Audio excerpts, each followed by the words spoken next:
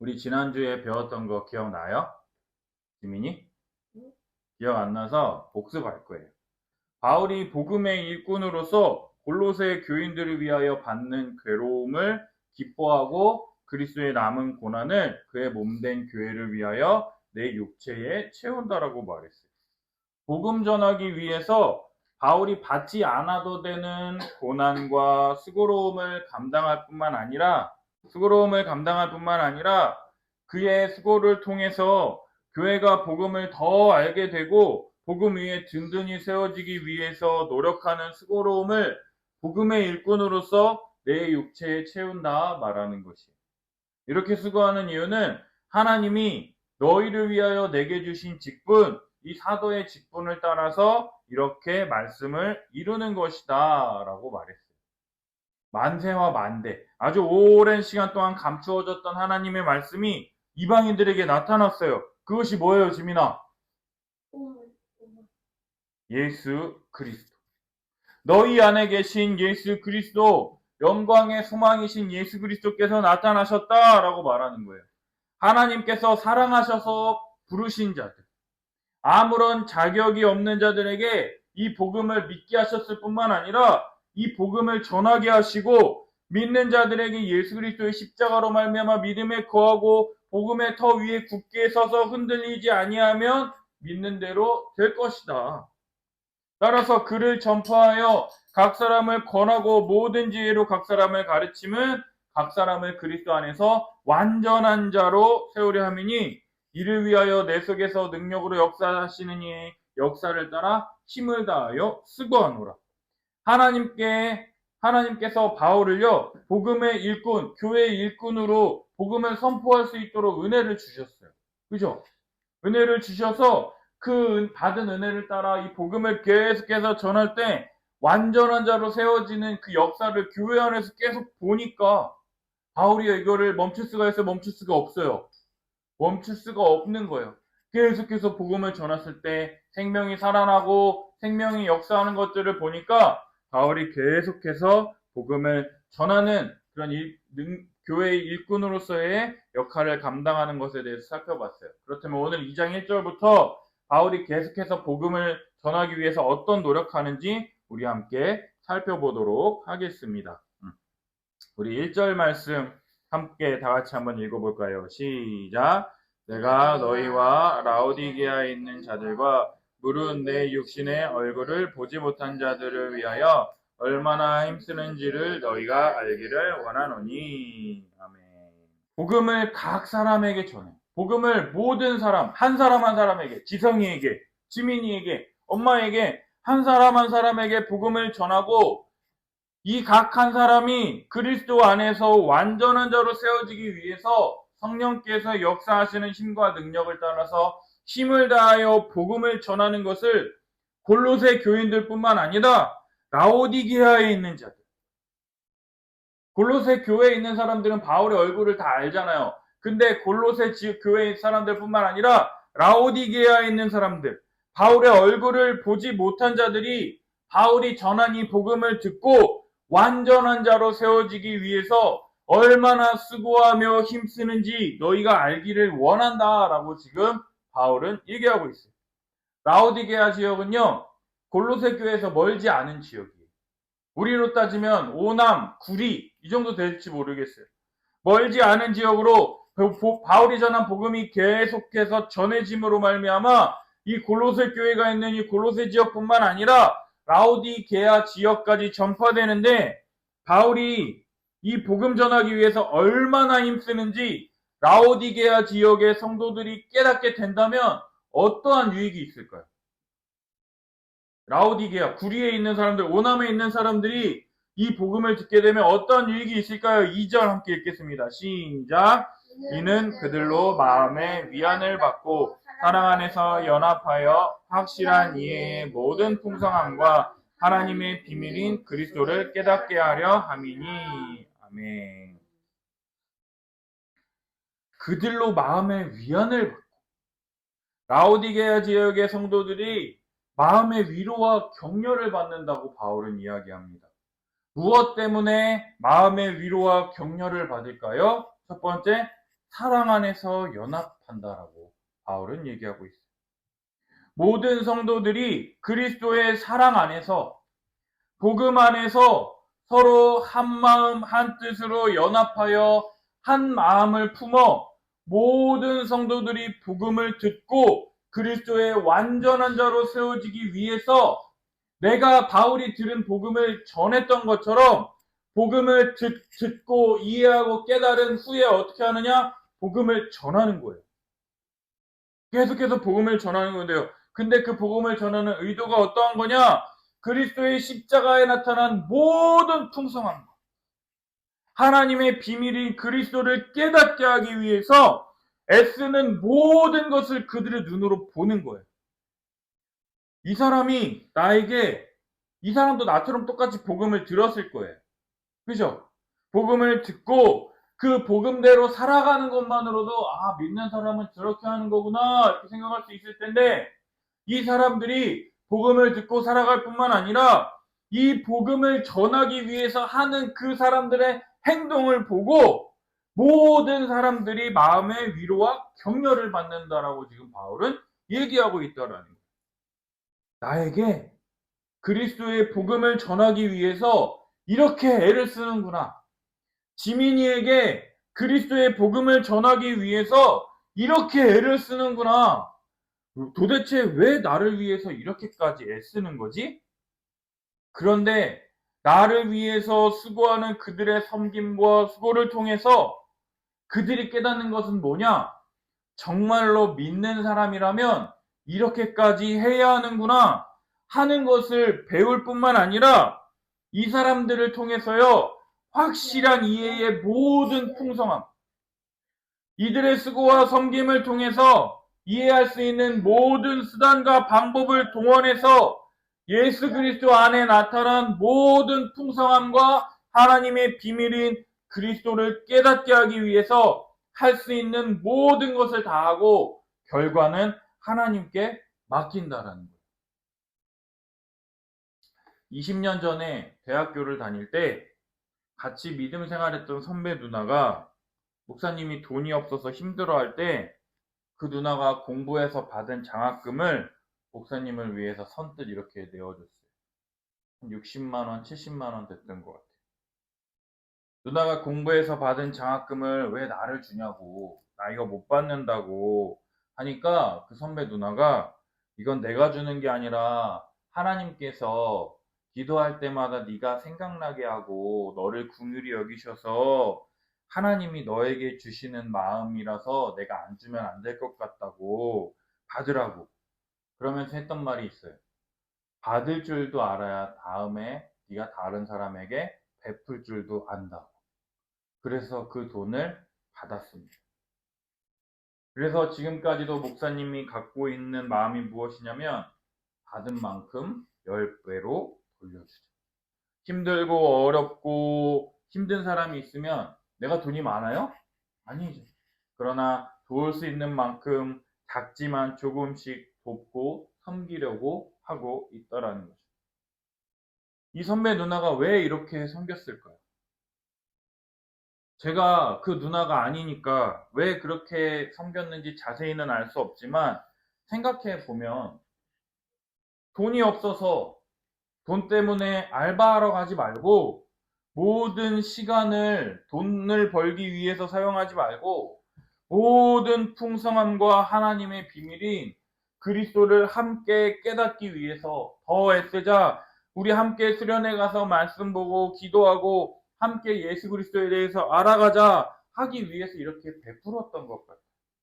왜냐하면 3절에 나타난 것처럼 그리스도 예수 안에는 지혜와 지식의 모든 보화가 감추어져 있기 때문이라는 거예요.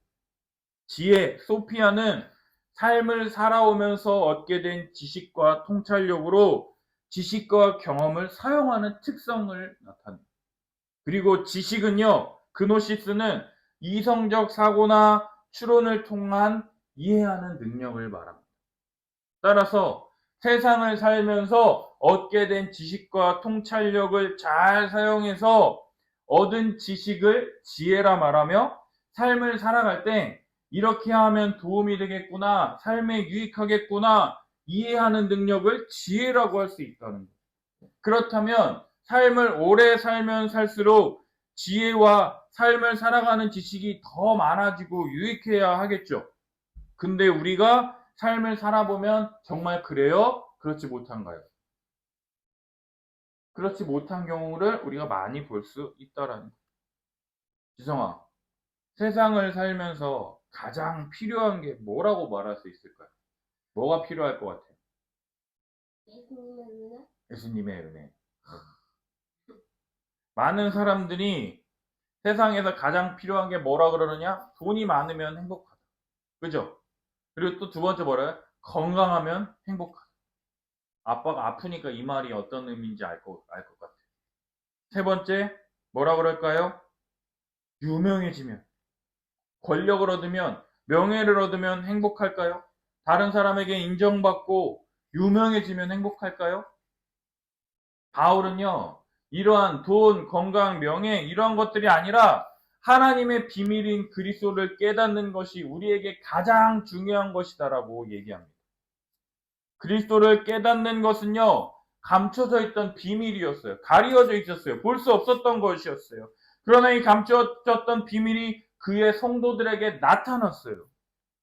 이 복음을요, 자기들만 아는 것으로 그치는 게 아니라요, 그 복음을 계속해서 다른 사람에 전하고 전파함을 통해서 이방인들, 하나님의 은혜와 하나님의 영광과는 아무런 상관이 없는 사람들에게까지 이 비밀의 영광이 얼마나 풍성한지 알게 하시려고 영광의 소망이신 예수 그리스도께서 우리 가운데 나타나셨다고요. 그가 이 땅 가운데 오신 이유가 무엇이냐면 그의 육체 죽음으로 말미암아 우리를 하나님과 화목하게 하셨다고요. 죄로 말미암아 하나님과 원수되었던 우리 죄를 사하시기 위해서 예수님께서 십자가에 달려 죽으셨습니다. 십자가에서 우리 죄에 대한 죄값을 예수님께서 치르신 것이죠. 내 죄에 대한 죄값은 내가 치러야 되는데 하나님이신 예수님께서 내 죄에 대한 죄값을 십자가에서 치르신 것이에요. 왜 예수님께서 우리를 대신해서 십자가에서 죄값을 치르신 것일까요? 왜 예수님이 나를 대신해서 죽으셔야만 했을까요? 우리의 힘으로는, 우리의 능력으로는 우리를 거룩하게 죄가 없게 만들 수 없을 뿐만 아니라 우리는 흠이 너무나도 많아요. 한두 가지가 아니라 너무 흠이 많아. 그리고 책망할 것이 없는 게 아니라 책망할 것이 수두룩 빽빽해. 너무나도 많아가지고 너 이래서 안 되고 너 저래서 안 되고 너 이것 때문에 안 돼. 그렇기 때문에 예수님이 우리를 대신해서 십자가에 죽으심으로 말미암아 우리를 거룩하고 죄가 없고 흠이 없게 옥에 먼지 하나도 없는 흠이 없는 그리고 책망할 것이 없는 자로 하나님 앞에 세우시기 위해서 죄 없으신 우리 주 예수 그리스도께서 우리를 대신해서 십자가에 달려 죽으셔야만 했다라는 것이죠. 이 복음을 전하고 이 복음을 받아들이게 되면 어떻게 되느냐? 완전한 자로 하나님 앞에 서게 된다라는 것이 바울이 전한 복음. 그리스도 안에 있는 지혜와 지식의 모든 보화가 감추어져 있다라고 하는 이 복음이라는 거예요. 4절에 보면 내가 이것을 말함은 아무도 교묘한 말로 너희를 속이지 못하게 하려 함이니 라고 말하고 있어요.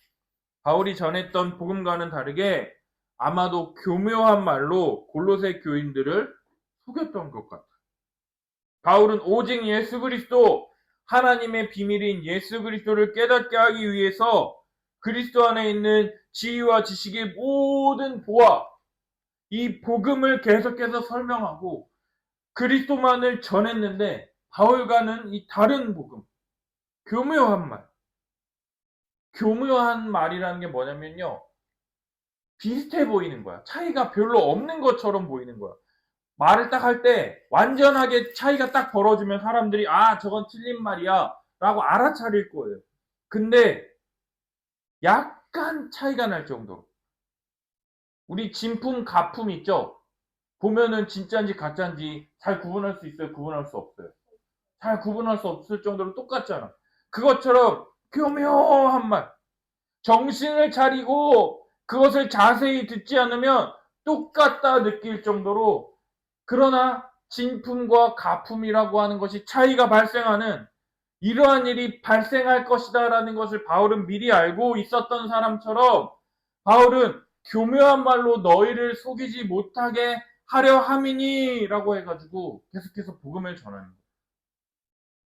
교묘한 말들로 사람들이 너희를 속이지 못하게 하기 위해서 내가 지금까지 복음을 전했고, 이 복음을 굳건히 하기 위해서 지금도 감옥에서 편지를 쓰고 있는 것이며, 5절에 기록된 것처럼 내가 육신으로는 떠나 있으나 지금 바울은요 로마 감옥에 갇혀 있어요. 그죠? 로마 감옥에 갇혀 있는 대로 심령은 너희와 함께 있어. 마음만은 너희와 함께 있다. 영으로는 너희와 함께 있어. 너희가 질서 있게 행함과 그리스도를 믿는 너희 믿음이 굳건한 것을 기쁘게 봄이라 라고 말합니다. 질서 있게 행한다라는 게 무엇을 말하는 걸까요?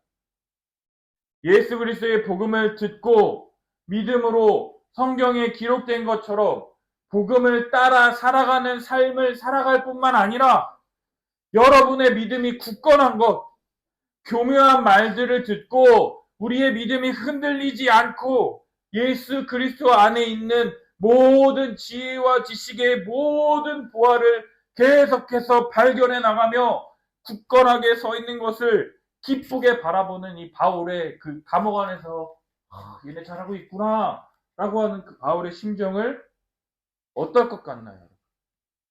감옥 안에서 내가 전한 복음을 듣고 애들 정말 잘하고 있다, 감사하다, 기뻐하고 기뻐하지 않겠습니까? 예수 그리스도 안에 나타난 모든 지혜와 지식의 모든 보화를 깨달을 뿐만 아니라 그리스도 안에 있는 모든 풍성함을 확실하게 깨닫게 하기 위하여 할 수 있는 모든 최선을 다하고 섬겼을 때 교묘한 말에도 흔들리지 않고 굳건한 모습을 서게 돼 있다면 어떠할 것 같아요, 여러분? 너무나도 기뻐하고 기뻐하는 것이, 나에게 역사했던 복음의 역사가 살아계신 하나님께서 이 복음을 듣고 믿는 자들에게, 그들에게도 역사하여 또 다른 생명이 또 다른 생명을 낳는 그런 하나님의 역사에 참여하게 되는 그 영광을 바라보게 된다라는 것. 사랑하는 여러분, 복음이 아닌 것을 복음이라고 교묘한 말로 우리들을 속이는 사람들이 많을까요? 적을까요? 여러분, 복음도 전하고 우리가 잘 되는 것을 싫어하는 사람들이 있을까요? 없을까요? 예수님 믿으면 복 받습니다, 여러분. 예수님을 믿으면 여러분들이 하는 사업이 잘 되고 여러분들의 자녀들이 복을 받을 것입니다. 이만 하는 것을 싫어하는 사람들이 있을까요? 없죠. 다 좋아하죠. 나도 잘 되고 하나님도 잘 되고 우리 서로 윈윈 하는 건데 이걸 싫어할 사람이 누가 있어요? 그러나 이것은 복음이 아닌 교묘한 말로 우리를 속이는 거예요.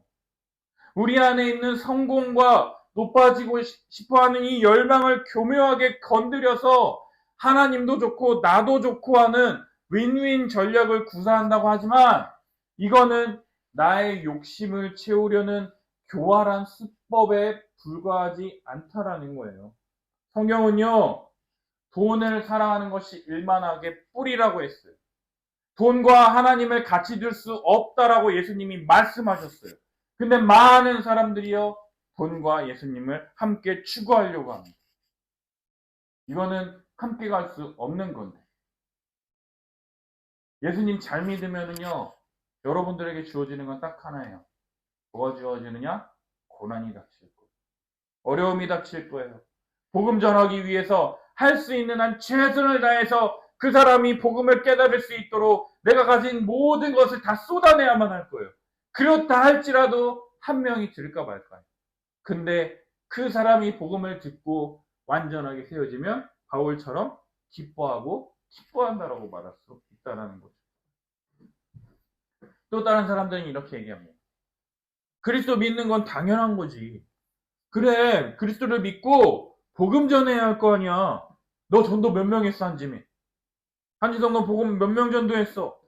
복음을 전해야 우리 주님이 기뻐하실 거 아니야. 이 땅의 모든 사람들이 복음을 믿고 주님을 영접할 수 있도록 우리 주님 이 땅에 하루빨리 오시도록 우리 열심히 전도합시다. 또 다른 사람들은 이렇게 얘기해요. 믿는 건 당연한 얘기지. 근데 우리 기도해야 되지 않겠어? 한지성 하루 얼마나 기도했어? 한지민 1시간 기도할 줄 알아? 야, 네가 기도 안 하니까 네가 하나님을 경험을 하지 못하는 거야. 야, 예수님도 40일 금식 기도하셨는데 너도 좀 40일 금식 기도하고 좀 얼굴이 좀 영광스럽게 좀 하나님의 얼굴도 좀 보고 꿈에서 하나님에 대한 환상도 좀 보고 그래야지 기도해야 능력이 생기지. 네가 그렇게 안 하니까 이렇게 안 되는 거야. 여러분, 앞에서 했던 얘기 모든 것 하나님 믿고 복 받는 것도 전도도 좋고 기도하는 건 좋은 거예요. 그러나 이 모든 것들은요, 다 우리의 욕심, 욕망을 채우려는 시도들에 불과합니다. 왜냐? 내가 전도를 10,000명 했어. 전도를 10,000명 했으면 그 사람은 구원받기 합당해요? 내가 기도를요, 40일 금식 기도를 40번을 했어요. 내가 구원받기 합당해요? 우리는 구원받을 만한 자격이 하나도 없어요. 아무런 자격이 없어요. 내가 전도했다라고 해서 10,000명이 믿는다 할지라도 그게 내가 이렇게 했기 때문에 나는 은혜 받을 자격이 있어요라고 하는 순간 그건 은혜가 아니라 내가 했으니 나 주세요라고 하는 당연한 것이 되는 거예요. 권리가 되는 거예요. 그래서 내가 열심히 했기 때문에 난 이거 받는 게 당연해요 라고 하는 순간 은혜가 설 자리는 사라지게 된다는 거예요. 우리는요, 아무런 자격이 없어요. 내가 예수님의 복음을 전한다라고 해서 그게 얼마나 큰 능력이 있겠습니까? 근데 하나님은요, 우리 같은 사람들을 통해서 복음을 증거하게 하세요. 왜냐? 하나님이 나와 같은 사람에게도 예수 그리스도의 한량없는 은혜를 부어주셨다라는 것을 깨닫게 하셨다면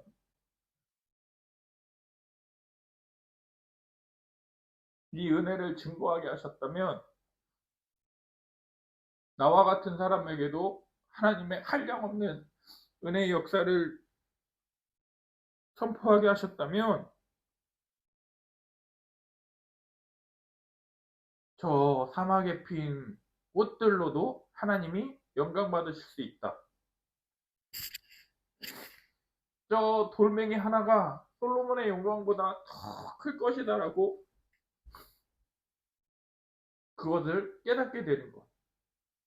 나는 그저 복음을 듣고 복음을 믿고 받아들인 것뿐인데 나에게 상상할 수도 없는 엄청난 일들이 나에게 펼쳐졌다라는 이 복음을 듣고 믿고 우리가 그 하나님의 영광을 보게 되는 놀라운 일들이 우리들 가운데 펼쳐지기를 원합니다. 내가 자격이 있어서 전하는 게 아니라요. 나와 같은 사람에게도 하나님이 이러한 은혜를 주셔서 전할 때 하나님이 놀랍게 일하시는구나. 그 일하시는 것을 볼 수 있었으면 좋겠어요. 그러할 때 복음을 위하여 수고하는 믿음의 성도들을 통해서 우리의 마음의 위안을 받는 거예요. 그들이 이 복음을 위해서 이렇게 수고하고 헌신하는구나. 그들이 뭘 위해서가 아니라 정말 하나님의 부르심받은 믿음의 사람, 그 하나님의 뜻에 따라 정말로 최선을 다하는 하나님의 비밀이신 우리 예수 그리스도에 대한 모든 풍성함과 이를 통해서 복음을 더 기뻐하며 가치 있게 하며 누리며 교회로서 하나 되어 더 모든 풍성한 복을 누리게 될 수 있을 것입니다. 이러한 복과 은혜를 누리는 우리 사랑하는 우리 함께하는 교회 성도들이 되기를 예수님의 이름으로 축복합니다.